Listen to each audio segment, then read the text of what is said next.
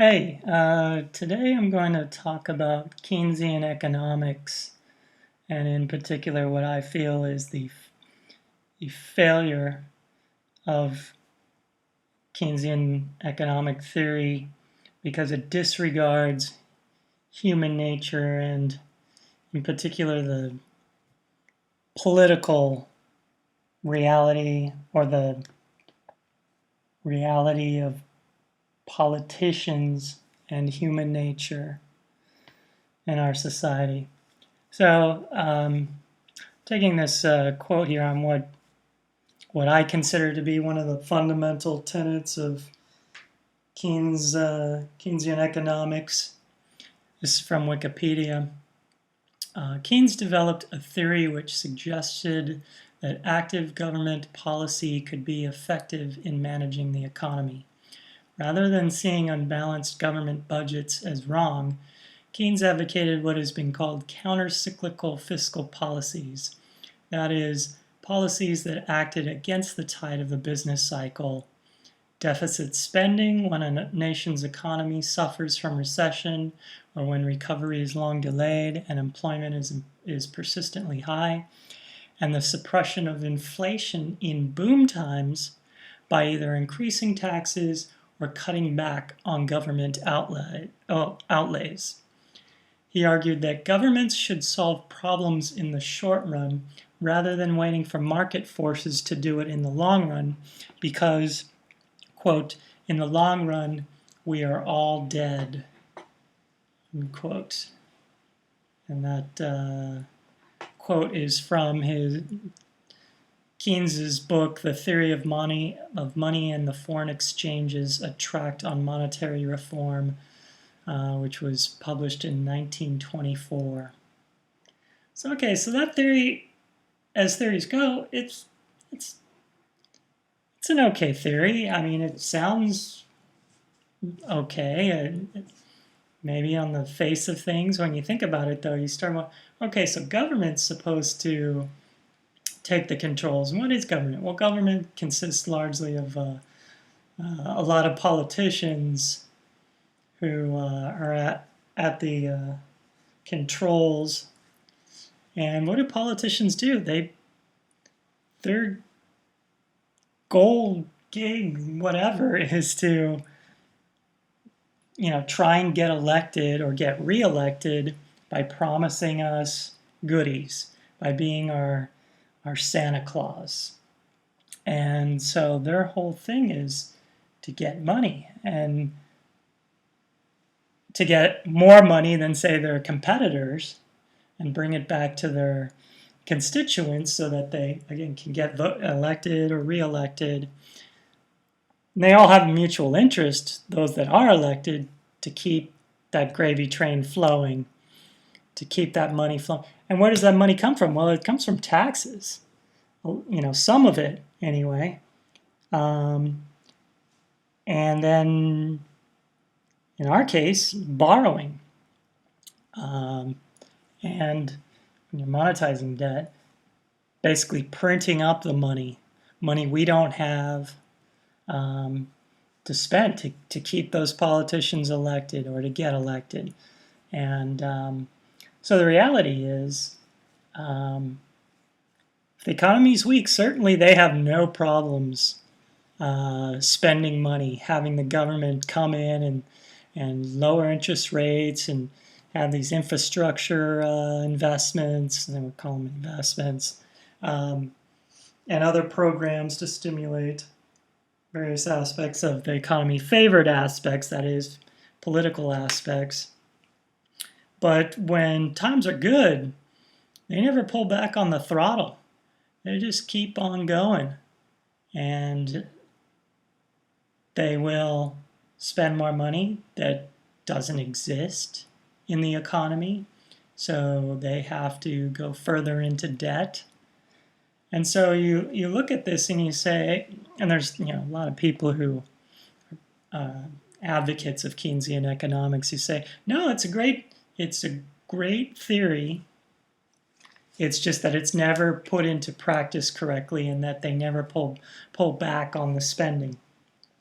my problem with this, which has been burning a hole in my brain today, and going back for quite a number of months, maybe even a few years, is that the same Keynesian advocates never grasp the reality that it can't work with human nature, with political realities, that politicians are never going to pull back.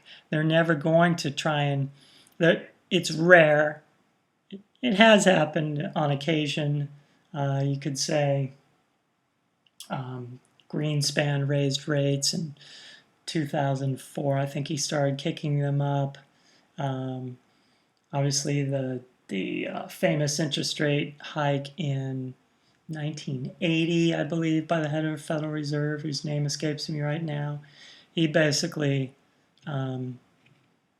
really took a bat to the shins of the economy then to control interest rates. But by and large, it's rare that politicians and economists ever have the stones to really rein in an economy that's running hot. It's all about just keeping the gravy train flowing, borrowing more money, and it just increases the debt. And so I guess one of the best examples is Japan. Their economy's been hurting since the early 90s. They had a stock market bubble, which then fed into a real estate bubble. And ever since then, they've been essentially following this Keynesian roadmap of trying to spend money to stimulate the economy, and it hasn't worked. It hasn't resulted in a lot of organic demand. And part of that, I think they just have structural issues in their economy and kind of in their culture, that, and the fact that they're competing with South Korea and China economically. This makes it pretty difficult for them.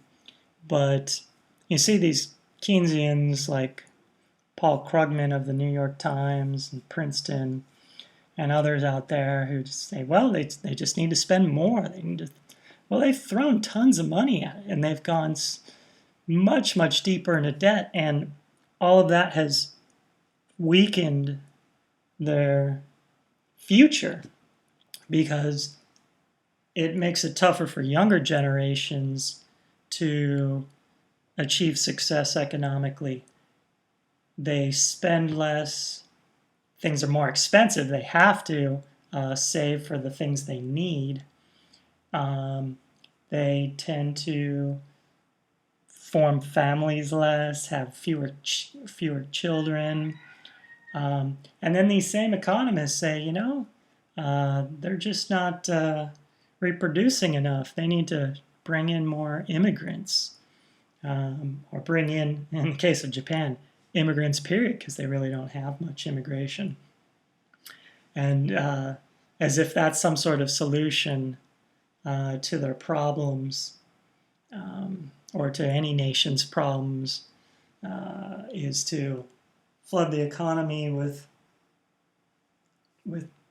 people who don't share the same culture.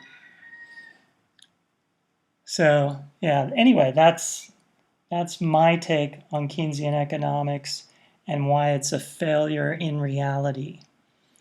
The other thing, I mean, you could just point out too, that just government in general is not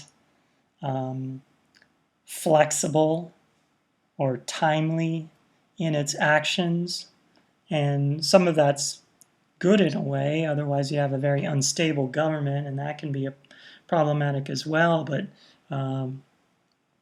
if you kind of just let things fall where they may, you probably have a healthier economy than something where government tries to allocate